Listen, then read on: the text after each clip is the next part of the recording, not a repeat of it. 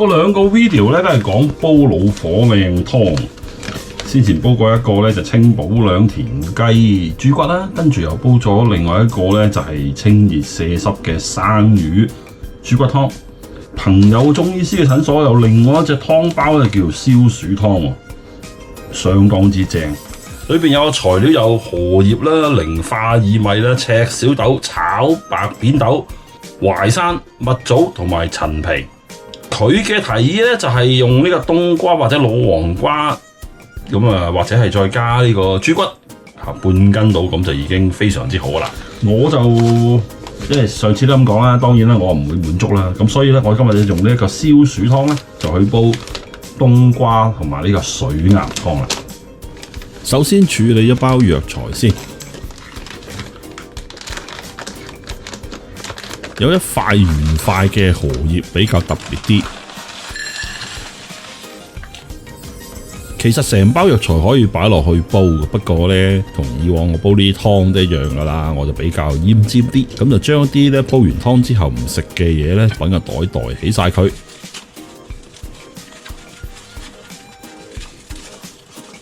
塊荷葉就相對比較污糟少少啦，因為曬乾塊荷葉嘅時候都好多沙沙泥泥嘅，咁所以就揾水沖乾淨佢先。沖乾淨咗之後，荷葉煲完就係唔食噶嘛，咁所以呢，我亦都係會揾個袋擺起佢。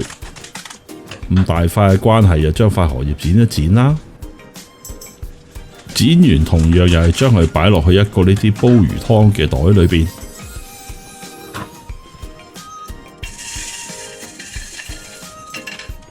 呢啲材料基本上都頗乾淨嘅，但係都係要揾水沖一沖啦。唔需要搏晒命咁洗，但係就揾水沖佢幾次咁咯。沖完之後呢，就擎翻乾啲水佢。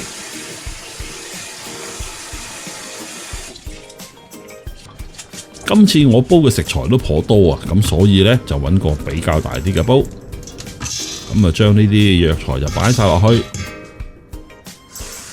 佢嘅指示呢就係落12碗水嘅，咁但係因為我食材好多嘅關係呢，我就加多少少水啦，我就差唔多放咗4公升半以上，接近5公升啦。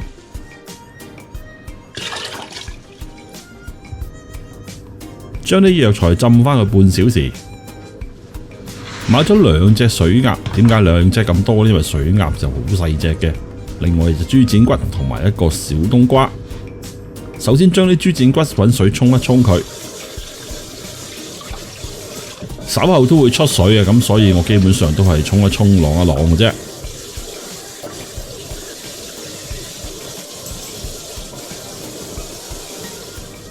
然後就搞2隻水鴨啦，先揾水喉水就沖一沖表面啲血水。水鴨呢就唔算好肥，唔同啲米鴨，將個尾呢啲肥嘅就唔要切咗佢。你喜歡可以搣晒啲皮佢，但係搣完皮之後呢，啲鴨味又好似冇咁正喎。咁所以呢，我就揀啦啲特別肥嗰啲位置呢，就會搣走佢。最重要係要切開佢之後檢查一下，睇下個肺仲喺咪度。如果喺度嘅話，就要攞走佢。通常都攞唔正㗎，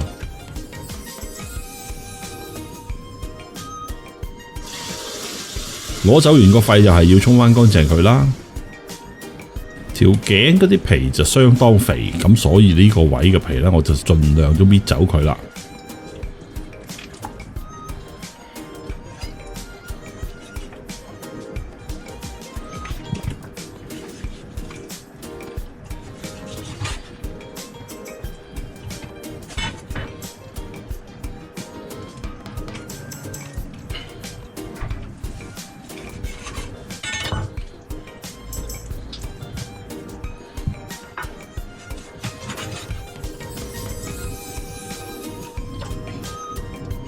近住鴨尾部分呢，亦都係相當肥㗎，咁所以嗰個位置啲皮都搣走佢。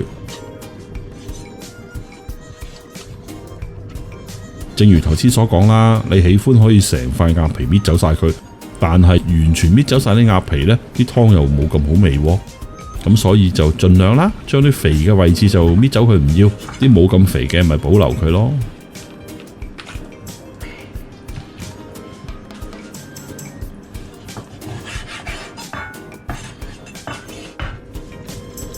大致切到咁就差唔多噶啦，稍後亦都係會出水嘅。兩隻鴨搞掂晒，豬展骨亦都搞掂，煮咗一鑊水，拎佢出水。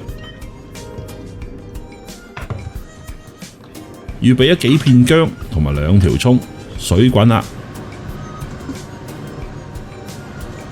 將啲薑擺落去，葱亦都放埋落去啲熱水度，落少少紹酒，將啲豬骨啦同埋鴨都放埋落去。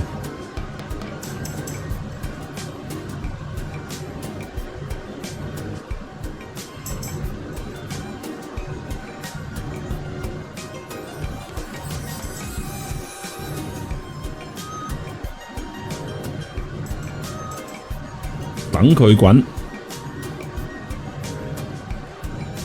想佢快啲滾嘅就可以冚一冚蓋啦。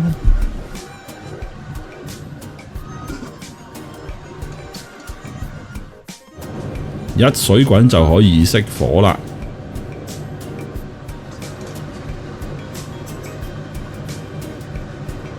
跟住就拎佢去沖凍水。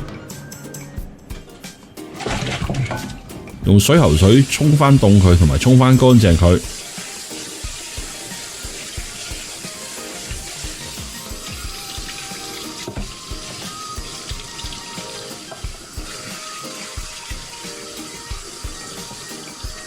呢啲水鴨可能就有少少毛嘅，喺呢個時候就搣乾淨佢啦。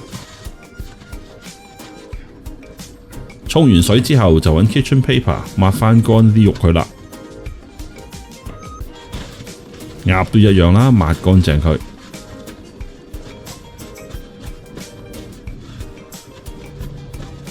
啲豬展骨同埋鴨抹乾淨就可以擺埋一邊備用。仲有一個冬瓜嘛，你可以買啲大嗰啲冬瓜都得㗎，冇所謂。洗乾淨啲皮佢，必要時省一省佢，因為連皮煲㗎。抹返乾佢啦。頂呢啲切走佢唔要，另外一邊一樣啦。跟住將個冬瓜開邊，然後就揾隻匙羹刮走裏邊啲囊。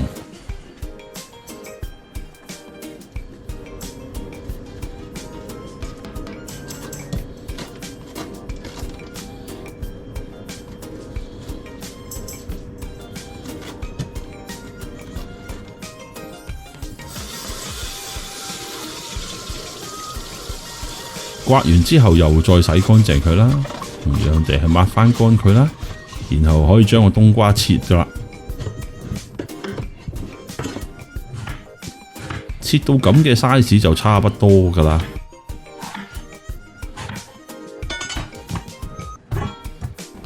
冬瓜又搞掂啦。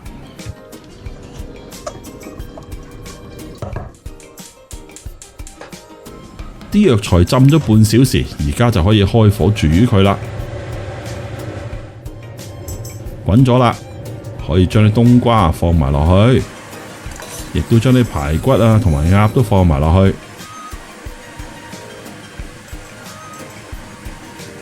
跟住呢，就確保佢大滾。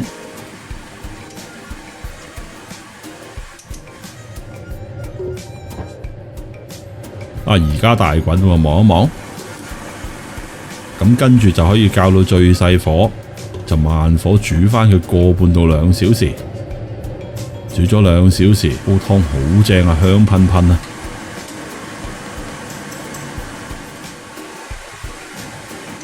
檢查一下，啲湯嘅荷葉味好香啊！咁就可以加鹽啦。冬瓜水分都幾高㗎，咁所以呢，就落到頗多鹽。比平時多少少啦，又唔係好多嘅，暫時落咗1羹半，試咗味麻麻地唔係好夠，再加多1茶羹，熄火再試味，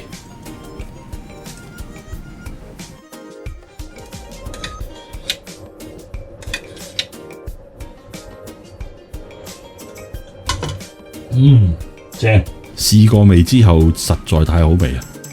未夠鐘開飯，我都忍唔住要滗碗湯嚟飲下。當然要滗夠鴨髀啦。以往都經常有煮呢個陳皮冬瓜煲鴨嘅，但係今次有埋一個消暑嘅湯包，又加上我買到水鴨，所以呢個湯就更加正啦。陣陣荷葉香味啊，未飲都覺得消暑啊！我要飲湯啦，拜拜。